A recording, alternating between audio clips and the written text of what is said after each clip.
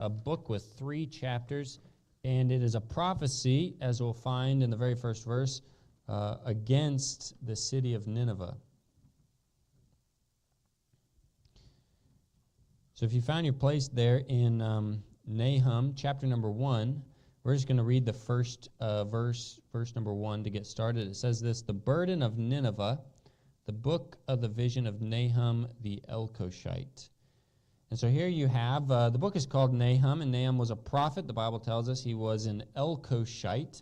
This means he was from a city called Elkosh, which is a city in Galilee. His name, Nahum, most people agree it means comforter, which is interesting because his whole prophecy is that of the destruction of Nineveh. And so you might ask, what is comforting about the destruction of Nineveh? Well, the comfort is not Nineveh's comfort, but rather I think it's that of Judah and of them, at least for the time. It meant this: Assyria is not going to destroy you. It's not going to be them. We know this is going to be Babylon. And so perhaps that's part of the reason for his name there. But either way, in the New Testament, there's a city called Capernaum. And Capernaum, what it means is, that name means the village of Nahum. And many have thought that perhaps this Nahum, if he wasn't born there, he's born in Elkosh, maybe he spent time there, maybe that was the town that he was lived in. But that's just an interesting connection I wanted to make. Before we get too far into the book of Nahum, we need to go back and we need to be caught up to speed, because between the prophecies of Micah and Nahum in history, what happens is a pretty major event in Israel's history, and that is this: that the nation of Israel goes through several kings, which we know are wicked and evil kings, and ultimately they are carried away by the nation of Assyria. And so what I want you to do is turn with me back to 2 Kings, chapter number 17. I hope I wrote that down right, but that's where we're going to go. 2 Kings, chapter 17. And as I said, Israel, the northern kingdom of Israel, that is, had just several bad kings, one after another. A lot of them, they didn't reign for very long, maybe a year, maybe 9 years, 10 years, something like that. And they just kept going through these kings, and they were evil. They would not repent. They would not turn back to God. And you find in 2 Kings chapter 17, the final king of the northern kingdom, his name is Hoshea, I believe. And yes, here it says this in verse number 1. "In the 12th year of Ahaz, king of Judah, began Hoshea the son of Elah to reign in Samaria over Israel 9 years. And he did that which was evil in the sight of the Lord, but not as the kings of Israel that were before him. Against him came up Shalmaneser, king of Assyria, and Hoshea became his servant and gave him presents. And the king of Assyria found conspiracy in Hoshea, for he had sent messengers. To So, king of Egypt, his name was So, king of Egypt, and brought no present to the king of Assyria, as he had done year by year. Therefore the king of Assyria shut him up and bound him in prison." And so here he was. He had made this deal with the king of Assyria, supposed to pay him a tribute, and he found out he was paying to Egypt. And I think probably what his plan was, he could talk Egypt into fighting his battle for him against Assyria and conspiring against him. And when the king of Assyria found out, he locked him up in prison. And that's not a great thing to happen to anybody. It says in verse number 5, "Then the king of Assyria came up throughout all the land and went up to Samaria and besieged it 3 years. And in the 9th year of Hoshea, the king of Assyria took Samaria and carried Israel away into Assyria and placed them in Halah and in Habor by the river of Gozan and in the city of the Medes. For so it was that the children of Israel had sinned against the Lord their God, which had brought them up out of the land of Egypt from under the hand of Pharaoh, king of Egypt, and had feared other gods." And so then you read down through the next following verses, and what it does is it details why. And so God takes some time in this chapter to explain here's why he finally allowed this nation to be carried away by a foreign country. It says in verse number 10, this is describing Israel, something that they did. They set them up images and groves in every high hill and under every green tree. Verse 12, it says, for they served idols, whereof the Lord had said unto them, ye shall not do this thing. Verse 13 says this, yet the Lord testified against Israel and against Judah by all the prophets and by all the seers, saying, turn ye from your evil ways, and keep my commandments, and keep my statutes, according to all the law which I commanded your fathers, and which I sent to you by my servants the prophets. Notwithstanding, they would not hear, but hardened their necks like to the neck of their fathers, and did not believe in the Lord their God. So they kept doing this wickedness, they kept serving false gods, and yet God kept sending them messengers and prophets saying, turn from your wickedness, turn back to God. And ultimately what he's saying is they had no excuse. Verse 17 says this, they caused their sons and their daughters to pass through the fire, meaning this, they sacrificed them to false gods. They used divination and enchantments and sold themselves to do evil in the sight of the Lord to provoke him to anger. Verse 23 says, until the Lord removed Israel out of his sight, as he had said by all his servants, the prophets, so is Israel carried away out of their own land to Assyria unto this day.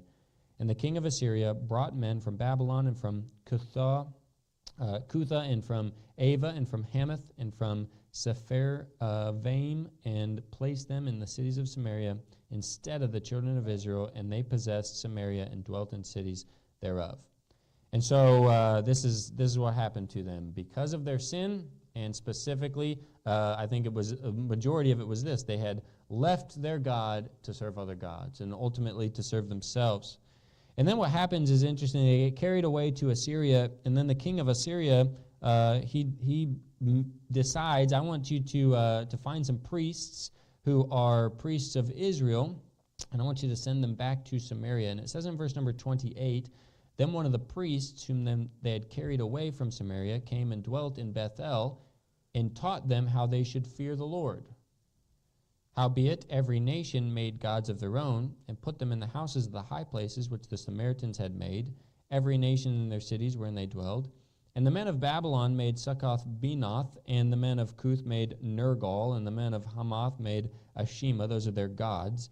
And the Avites made their gods, and all of these things happened. And then you go down to verse number 33, it says, they feared the Lord and served their own gods, after the manner of the nations whom they carried away from thence.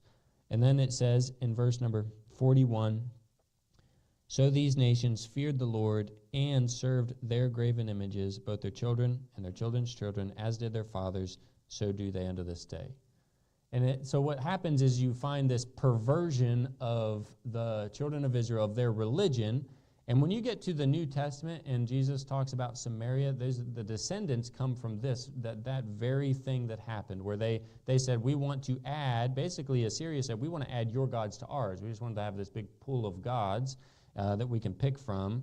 And so they taught them about the Lord, and they just added them to theirs. So they worshipped the Lord, but they worshipped him alongside other gods. And if you do that, you can't really worship the Lord, because he is, the first commandment says this, there's no other gods before me. He is the only God. And so that's what happened. And the nation that did that was Assyria, and the capital of Assyria is Nineveh. And so when you get to the book of Nahum, and you find this judgment against Nineveh, it's against a city that's leading a nation that God had used to chastise his own people. And I like what one author that I read wrote. He said this, that it was like Assyria was like the chastening rod, and when he was done using it, it was ready to be thrown into the fire. And that's basically where you find Assyria. God had used them, they served their purpose, and yet without any kind of repentance, it's time for them to be cast into the fire. And this is a book that is full of doom and gloom, and there's not a whole lot of hope in it, not for Nineveh. And so we're going to look at this first chapter here, and in it you're going to find some reference to another story that we'll look at in 2 Kings, but I want to get there first. The first part of chapter 1 really begins with talking about the mercy of the Lord and about God's patience. It says in Nahum chapter 1, we'll start in verse 2, God is jealous, and the Lord revengeth, and the Lord revengeth and is furious. The Lord will take vengeance on his adversaries, and he reserveth wrath for his enemies. But notice this, the Lord is slow to anger and great in power, and will not at all acquit the wicked. The Lord hath his way in the whirlwind and in the storm, and the clouds are the dust of his feet. He rebuketh the sea, maketh it dry, drieth up all the rivers. Bashan languisheth, and Carmel, and the flower of Lebanon languisheth. The mountains quake at him, and the hills melt, and the earth is burned at his presence, yea, the world and all that dwell therein. Who can stand before his indignation, and who can abide in the fierceness of his anger? His fury is poured out like fire, and the rocks are thrown down by him. The Lord is good, a strong hold in the day of trouble, and he knoweth them that trust in him. But with an overrunning flood he will make an utter end of the place thereof, and darkness shall pursue his enemies. And so you find two truths in this, basically. One is this: God is powerful. There is none greater than God. And he describes it in detail. The mountains the mountains themselves quake at him. The hills melt before him. He can dry up the rivers. He's all powerful. He's strong, but also this: he's good, and he will help those who trust in him. You know, Brother Josh pointed this out when we were doing our Bible study together, that this is a book that's kind of written opposite a lot of the other prophecies, where it begins with the doom and gloom and ends with hope and with the mercy of God. This one begins by reminding you of that God is good and that he is slow to anger, but then the rest of it tells you about what he's going to do, which is the judgment. I think part of that's because this is not a book written about the judgment of Israel, who are his people, but is written about the judgment of Nineveh, which is a city of his enemies. And so he describes all of this, and then when you get to verse number 9, it says this: but with an what do ye imagine against the Lord? He will make an utter end. Affliction shall not rise up against the second time. For while they be folden together as thorns, and while they are drunken as drunkards, they shall be devoured as stubble fully dry. There is one come out of thee that imagineth evil against the Lord, a wicked counselor. Thus saith the Lord, though they be quiet, and likewise many, yet thus shall they be cut down when they shall pass through. Though I have afflicted thee, I will afflict thee no more. For now will I break his yoke from off thee, and I will burst thy bonds in sunder. And the Lord hath given a commandment concerning thee, that no more of thy name be sown. Out of the house of thy gods will I cut off the graven images and the molten image. I will make thy grave, for thou art vile. And then verse 15, behold, upon the mountains the feet of him that bringeth good tidings, that publisheth peace. O Judah, keep thy solemn feasts, perform thy vows, for the wicked shall no more pass through thee. He is utterly cut off. And what's described there, verses 9 down through verse 14, is a story, an event that took place in the book of 2 Kings, really following what we already read. We read there in chapter 17. We're going to go to chapter 18, and you find the king of Assyria coming to Judah to threaten them, while sending a messenger to Judah to threaten them. 2 Kings chapter number 18, and I'm just going to read some portions of this. We could read the whole thing, and it's really worth reading sometime, but we'll read some portions of it. But it says there, at this time, Hezekiah is the king of Judah, and he's one of the better kings of Judah. He tried to serve the Lord, he tried to do right, but one thing that he did not do, you could probably guess, is tear down the high places and take down the gods of false gods that were being worshipped outside of Jerusalem. And so while he's serving, the king of Assyria sends somebody. It says this in verse 17 of 2 Kings 18, and the king of Assyria sent Tartan and Rabsaris and Rabshakeh from Lachish to King Hezekiah with a great host against Jerusalem. And they went up and came to Jerusalem. And when they were come up, they came and stood by the conduit of the upper pool, which is in the highway of the fuller's field. And when they had called to the king, there came out to them Eliakim the son of Hilkiah, which was over the household, and Shebna the scribe, and Joah the son of Asaph the recorder. And Rabshakeh said unto them, speak ye now to Hezekiah. Thus saith the great king, the king of Assyria, what confidence is this wherein thou trustest?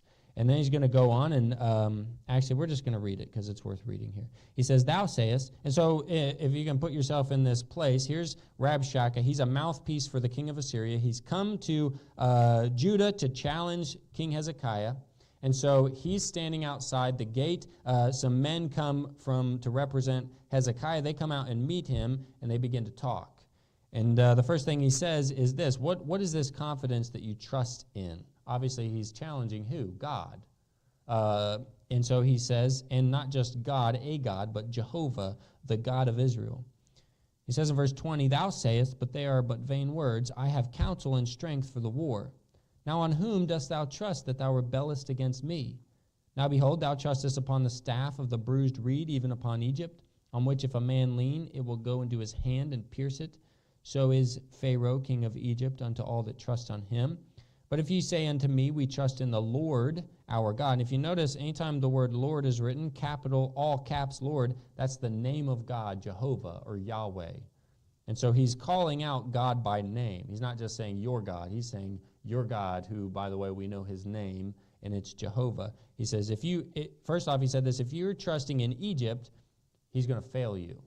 He's actually going to hurt you. But maybe you don't trust in him. You trust in the Lord, Jehovah. Is not that he whose high places and whose altars Hezekiah hath taken away, and hath said to Judah and Jerusalem, ye shall worship before this altar in Jerusalem? And they're challenging God. And he says in verse 23, well, let's jump down to verse number 26. He says all these things, we're going to go destroy you. And then verse 26, then said Eliakim, the son of Hilkiah, and Shebna, and Joah, and they said this unto Rabshakeh, speak, I pray thee, to thy servants in the Syrian language, for we understand it, and talk not with us in the Jews' language in the ears of the people that are on the wall. He says, I want you to talk to us in your language. There are people on this wall that can hear, and you're speaking in Hebrew, and I don't want them to hear what we're talking about, right? It was kind of he was saying, let's just talk and have a conversation. And listen to how Rabshakeh, now there is some offensive language in here, just to warn you. But I'm going to read it anyway. But Rabshakeh said unto them, hath my master sent me to thy master and to thee to speak these words? Hath he not sent me to the men which sit on the wall, that they may eat their own dung and drink their own piss with you? Then Rabshakeh stood and cried with a loud voice in the Jews' language, and spake, saying, hear the word of the great king, the king of Assyria. Thus saith the king, let not Hezekiah deceive you, for he shall not be able to deliver you out of his hand. Neither let Hezekiah make you trust in the Lord, saying, the Lord will surely deliver us, and this city shall not be delivered into the hand of the king of Assyria. Hearken not to Hezekiah, for thus saith the king of Assyria, make an agreement with me by a present, and come out to me. And then eat ye every man out of his own vineyard, and every one of his own fig tree, and drink ye every one the waters of his cistern, until I come and take you away to a land like your own land, a land of corn and wine, a land of bread and vineyards, a land of oil, olive, and of honey, and that ye may live and not die. And hearken not unto Hezekiah when he persuadeth you, saying, the Lord will deliver us. He says this, he stood back and he said, I know what I'm doing. And he began to talk to everybody that could hear and say, don't trust your king when he says to trust God. He's going to fail you. He's going to deceive you. Trust us. If you trust us, we're not going to kill you. We're going to let you stay here for a while. Then we're going to take you and we're going to give you a better place to live, and we'll just treat you kindly. And he knows what he's doing, because there are probably, you would think, there's people sitting on that wall that can think, hey, maybe we should listen to what this guy has to say. Because you know what happens if we don't do what he has to say? They're going to kill us. And a lot of people would say, hey, maybe we should listen to this guy. I think he knew what he was doing. But you think about this, what he's doing is this. He's challenging not just a nation, but he's challenging God. And he's speaking to God and basically saying, you can't do anything for us. And listen, he gets even worse. In verse 33, it says, hath any of the gods of the nations delivered at all his land out of the hand of the king of Assyria? Where are the gods of Hamath and Arpad, and what are the gods of Sepharvaim and Hena and Iva? Have they delivered Samaria out of mine hand? Who are they among all the gods of the countries that have delivered their country out of mine hand that the Lord should deliver Jerusalem out of my hand. Who is your God that he's any different than any other? Have any of these other nations, have their gods delivered them out of the king of Assyria? And what he's saying is this: the king of Assyria is basically better than all these gods. He might as well be a god at that point. Your God is no better. Why would you trust in him? And he says in verse 36, or verse 35, but who are they? No, I already read that. Verse 36, but the people held their peace and answered him not a word, for the king's commandment was, saying, answer him not. Man, that takes boldness, doesn't it? Think about that you got to think, if it were me, if we were just average, everyday Joes, you might think, hey, maybe you should listen to what this guy has to say. But they didn't. In this moment, they trusted their king enough to hold their peace, and ultimately, I think they trusted God. He's sitting here challenged, and it said that he came with a whole host. I think he had an army with them. Hey, listen, it's right at your door, and we're trying to offer you a peace deal, and they do not listen. So then what happens, these men, they take the message to Hezekiah. Hezekiah says he rents his clothes, covers himself with sackcloth. And then what does he do? He begins to pray. He prays to God. Ezekiel comes and says, here's the answer to your prayer. And we won't read all of it because it's a lot of verses, but I want to read, flip over to chapter 19, and we'll read verse number 32 down to the end here. It says this. So everything that's happened so far, back in Nahum, I'll read you these verses. In verse number 9, what do you imagine against the Lord? Verse 11, there is one come out of thee that imagineth evil against the Lord, a wicked counselor. He's talking about that king. He's talking about the messenger of the king. They've come, and they want to afflict you. And what does God say? He's not going to do anything. And so here's the answer to his prayer. In verse 32, he says, therefore, thus saith the Lord concerning the king of Assyria, he shall not come into this city, nor shoot an arrow there, nor come before it with shield, nor cast a bank against it. By the way that he came, by the same shall he return, and shall not come into this city, saith the Lord. For I will defend this city to save it, for mine own sake, and for my servant David's sake. And so God says this, I'm going to take care of you. And you know what? If I were the people, I would listen to God. And they did. And so here's what happens in verse 35. And it came to pass that night that the angel of the Lord went out and smote in the camp of the Assyrians 185,000. That's 185,000. And when they arose early in the morning, behold, they were all dead corpses. So Sennacherib, king of Assyria, departed and went and returned and dwelt at Nineveh. I mean, immediately he woke up, and I don't know if it was his entire army, but 185,000 of the army were wiped out in one night immediately by an angel. And when he woke up, he said, all right, I'm going home. It's not, and he did exactly what God said. He would go back the way that he came. And then, if you remember, in Nahum, he said in verse number 13, for now will I break his yoke from off thee, and will burst thy bonds in sunder. And the Lord hath given a commandment concerning thee, that no more of thy name be sown. Out of the house of thy gods will I cut off the graven images and the molten image. I will make thy grave, for thou art vile. And listen to how this king dies in verse 37. It came to pass as he was worshiping, this is king of Assyria, in the house of Nisroch, his god, that Adrammelech and Sharezer, his sons, smote him with the sword, and they escaped in the land of Armenia, and Esarhaddon his son reigned in his stead. He was in the house of his God, worshiping when he died, when his God says, I will make thy grave. And he said he'd do it in the house of his God, and that's what he did. And so here, this is a king who had lifted himself up to such great heights that he basically thought he was invincible. I cannot be touched. I can challenge any of these gods, and they cannot touch me. And yet what he found was there was one God that could touch him, and one God that he could not challenge. And so that happens in the first chapter of Nahum, and that's a prophecy that took place early on. That's a prophecy that took place there in Hezekiah's time. And then when you get to chapters 2 and 3 of Nahum, he begins to prophesy something that happens much later.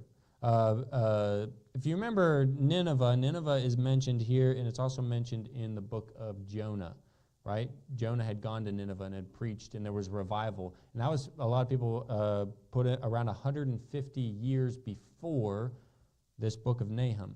So they experienced a great revival 150 years prior, but how long did it last, right? Maybe a generation. But at some point, new people came up, and they went right back to their old ways, back to their sin. And at that point, they had no excuse to do that because they had God's wisdom. They had the truth.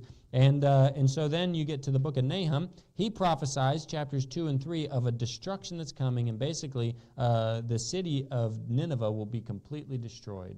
And not just them, but the nation of Assyria. And that happens about 100 years after the prophecy is made. And so there's a period here where he prophesies something's going to happen. It happens pretty soon after. And then there's another prophecy, and it's not going to happen for a while. But if I were them, I would listen. If he predicted something, if he prophesied something and it happened exactly as planned, I think I would say, hey, maybe there's some truth to that. But often people, we have a way of putting our own wisdom and our own pride above the truth of God's word. And so we get here to chapter number 2, and we're going to look at both these chapters. Chapters 2 and 3 are, they're very similar. There's not really a dividing line because they both deal with the punishment of Nineveh, which is ultimately its destruction. Verse number 1 of chapter 2 says this: He that dasheth in pieces is come up before thy face. Keep the munition, watch the way, make thy loins strong, fortify thy power mightily. This is the prophecy. This is what's going to happen. He that dasheth in pieces. Think about this metaphorically. What is something that dashes in pieces? A giant weapon, an axe or a hammer. And the picture is of a nation that's going to come, that's going to dash them in pieces. And they're going to do it as the army of the Lord. This is another book where God is called the Lord of hosts, the Lord of armies. And of course he doesn't just have one. His army is whoever he wants to use. Assyria, without even realizing it, was God's army when he wanted them to be. And he could dispose of them whenever he chose. And now he would use the army that he ultimately uses, that of the Medes and the Babylonians. They're going to come up against Assyria in 100 years and destroy them.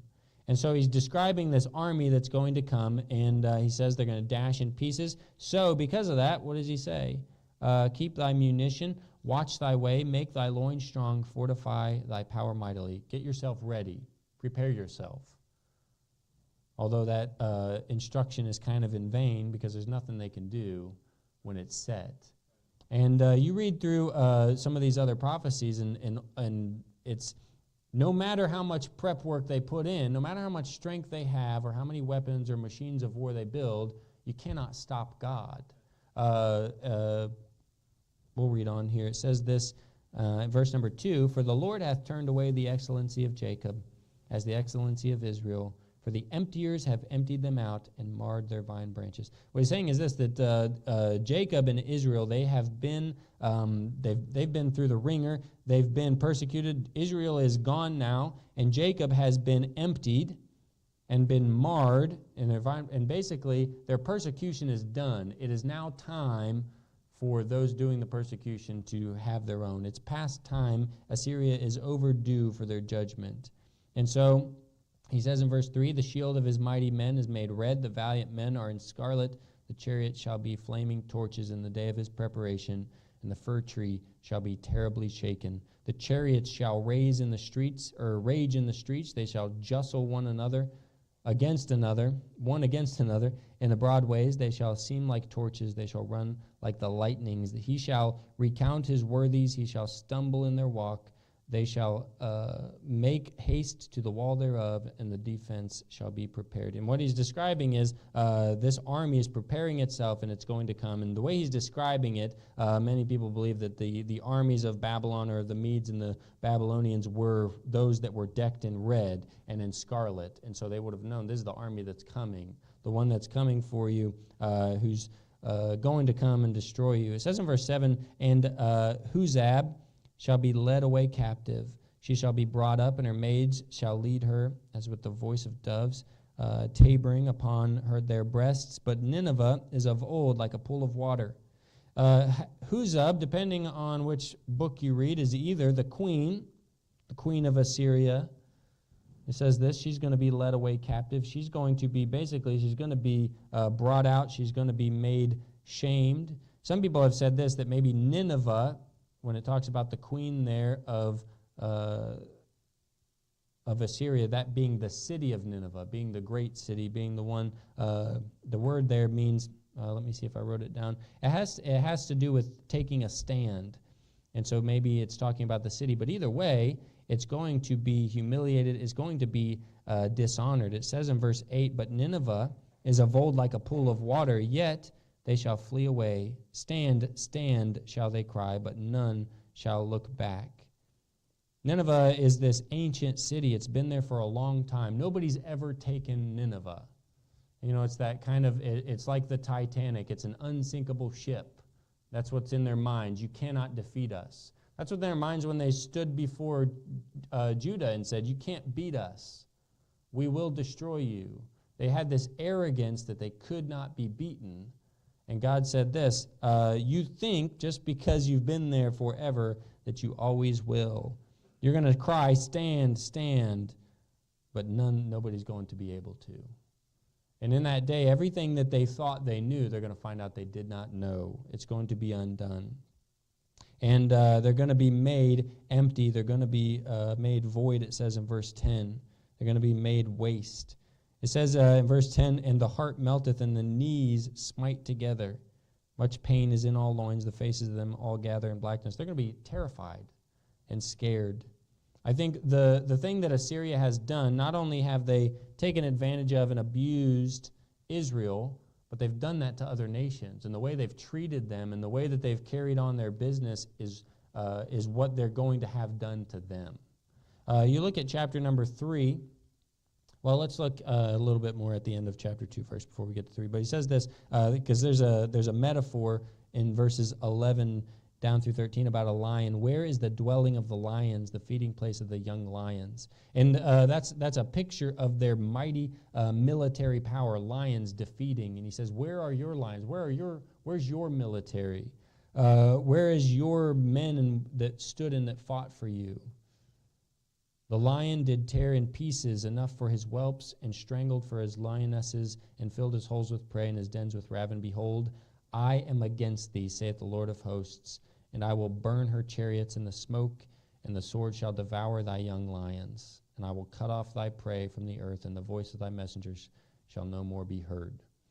They may have the great soldiers. We talked about that when whichever one of these prophets prophesied against Edom, right? They thought that they could stand. They thought that they had all of the greatest soldiers and might, and yet God said this, I am against thee. And I thought about this, in the Bible we know that if God be for us, who can be against us? Right? But if you flip that around, if God is against us, who could possibly be for us? Who could possibly fight on our behalf? He says this, I'm against you. I think that would be one of the most terrifying things to hear from the Lord is, I am against you. I would much rather say, God, I want to be for you. Then you get to chapter 3, he says in verse 1, woe to the bloody city. And that goes back to what I was talking about, that they are going to bring on themselves the blood that they've brought on everybody else. It's not just a bloody city because they're going to be destroyed, but it's a bloody city because they have built their wealth and their fame, and everything they have has been built on the blood of other nations and on the blood of other people. People are doing it, even in today, people are building things to the demise of other people, other nations or people that are below them to get ahead, to build wealth or to build power. And I think they're not going to get away with it. Eventually, they're going to stand before God and have to answer for what they've done, and all of us will. Some of us maybe will stand and have a much smaller sheet of our sins that we've done. But either way, we're going to have to stand before God, and he stands before a city and says this, woe to you. They're full of lies and robbery. Chapter 3, you get down to verses 2 down through verse 4, describe the war, the noise in verse 2 of the whip, the noise of the rattling of wheels and the prancing horses of the jumping chariots. This is a terrifying thing. If you're in your house, this is what's going on outside. It's a scary. When they do the Civil War reenactment and you start hearing the guns and the cannons, it's a little bit eerie. Well, you live right there. You know, it's the middle of the night, and you think, what if this was, like, you can go back and think, what if I was really here when that was going on? That'd be a terrifying thing. They're going to hear it in verse 3. There's horsemen lifting up their swords and their spears. It says there's a great multitude, or there's a multitude of slain and a great number of carcasses. There's none end of their corpses. They stumble upon their corpses. The death is going to be so great they can't move without seeing them in every direction, tripping over them. But in verse 4 he says, because of the multitude of the whoredoms of the well-favored harlot, the mistress of witchcrafts, that selleth nations through her whoredoms and families through her witchcrafts. What he's talking about is that this nation has used whoredoms, not in the sense of Israel who rebelled or committed adultery against their own God to serve other gods. Nineveh never, at least historically, was not a nation that served God. And so it's this idea that they stood like a harlot would, and they lured in other nations like they did Israel. Hey, if we give you, if you pay us a little bit of tribute, we'll help you out. Right? That kind of enticing. They drew them in, and then they would just destroy them. They would take advantage. They'd abuse them. And then they use the term witchcrafts. Again, it's the use of words and incantations to lure and to entice. And you know, we see that today, do we not? Where people use words and language to entice and to bring people to make a decision that they would not have made on their own. And the Bible calls it witchcraft. I don't think that witchcraft is always what we think it is, a witch with what we saw on Halloween, all these witch hats and brewing stuff in a kettle. It's a way of using words and language a lot of times to entice and to trick and to get people to make decisions that they would not have otherwise. I mean, we spent the last year in an election. I think there's a lot of witchcraft, according to the Bible, that kind of witchcraft going on. I'm glad that it's over. He says in... there's a lot of things here. We'll skip past them, but he's giving them a reason. Here's why this judgment is coming. He says in verse 6, I will cast abominable filth on thee and make thee vile, and will set thee as a gazing stock. The world is going to look at Nineveh, which was this great city, and think, verse number 7, it'll come to pass that they'll look upon thee, they shall flee from thee, and say, Nineveh is laid waste. Who will bemoan her? When shall I seek comforters for thee? People who thought of Nineveh as this great city will say, what is it now? It's nothing. And I thought this is a very stern warning, I think, for the nations of the world even today. You know, the United States is great. We could say this, we've stood for, 200 plus years, 250 years. That doesn't mean we'll stand forever. We can say, wow, we've been here of old, like the pool of water. But that doesn't mean we always will be. Why does God let us stand? He's long-suffering. He's kind. He's patient. But also, we've not gotten quite to the point of Nineveh where we've rejected God altogether. I think we get to a point as a nation where we reject God, we push him out, and we say, we don't want you anymore. God has every right to bring judgment on our nation. And I would say this, I don't want that to happen. I got kids. Hopefully we'll have grandkids one day. I want them to live in a nation that serves God. That means this, we have an opportunity and we have an obligation to stand and to say, no, we're not going to let that happen, at least not in our lifetime. It will, I think, one day it's inevitably going to happen, but not while I'm here, not while I have an opportunity to do something about it. Nineveh goes on and, of course, God's going to utterly destroy it. He compares them in verses 8 and 9 to these other places that were greater, that were better, and yet they were carried away captive. He says in verse number 12, all thy strongholds shall be like fig trees with the first ripe figs. If they be shaken, they shall even fall into the mouth of the eaters. Your strongest holds, I'm just going to shake them like a tree, and they'll just fall. Verse 13, he says, behold, thy people in the midst of thee are women. That means exactly what you think it is. You fight like girls, that's what he's saying. Women at that time were not soldiers. If you had a nation of just women, you had no army. He's saying, you have no army, you have no one to protect you. I'm not trying to be rude against women, but that's what it means there when he says that. Your people are not soldiers. The gates of thy land shall be set wide open unto thine enemies. The fire shall devour thy bars. They're going to be completely and utterly destroyed. Just jump down to verse number 19. And all of that is basically a description of how it's going to happen. But verse 19 says this, there is no healing of thy bruise, thy wound is grievous. All that hear the bruit of thee shall clap the hands over thee, for upon whom hath not thy wickedness passed continually. I think everyone's going to rejoice when they come down because of how they've treated everyone else. Isn't that how it works? The bully, when they finally get their way, everyone cheers. In Assyria, he's predicting this. They're going to be destroyed, and basically they're going to be wiped from the face of the earth. And you know that that's what happened. Nineveh is gone.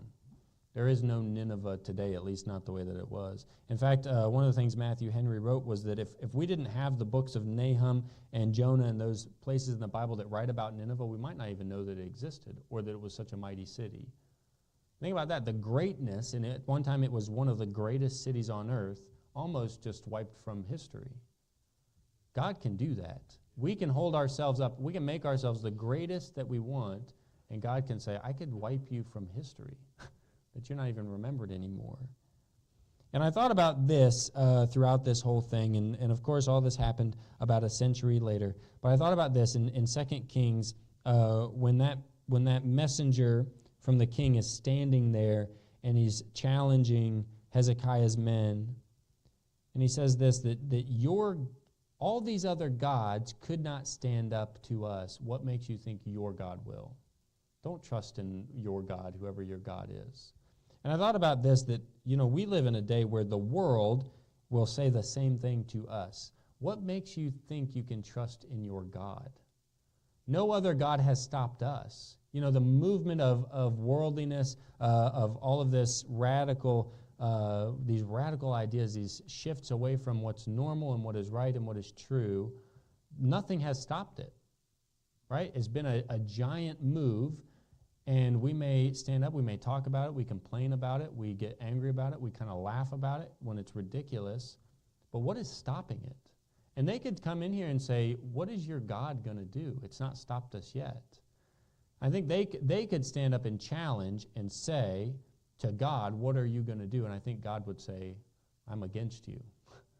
And in that moment, there's nothing that could happen. But I wonder if we could be as those that sat there and heard all of that and maybe wanted to say something, but they kept their silence. But in that moment, here's what they did. They did not give in. They took a stand.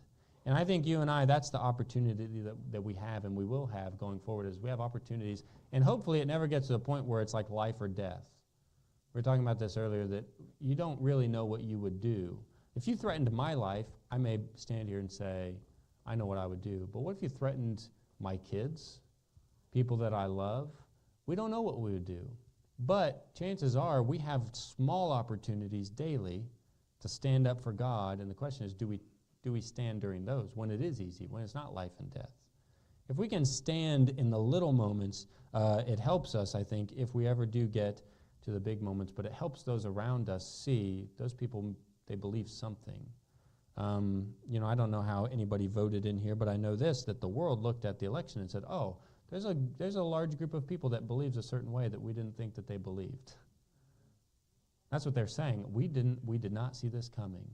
It's because they did not think, oh, there's a bunch of people who don't believe men should be playing women's sports and knocking them out and killing them. We believe that maybe there's a lot of people that think maybe that abortion is not a human right, but it's rather murder. I think there's a lot more people that when they stand up together and say, hey, this is not something that we believe. You take a stand and it sends a message. And it may not stop evil, but I think it slows it down a little bit. And if nothing else, we have an opportunity and obligation to do that. We're just going to have a brief time of invitation. I went over a few minutes, but I'd like to give you a time to respond to the Lord. So if you would stand, I'll pray, and then as the piano plays, you have a moment to speak to the Lord. Father, we thank you for this evening again. Thank you for the book of Nahum and for the truth that we have. And Lord, the examples, help us to be like our fathers and mothers before us who stood for the truth, and Lord, who passed down this the wonderful truth of your word to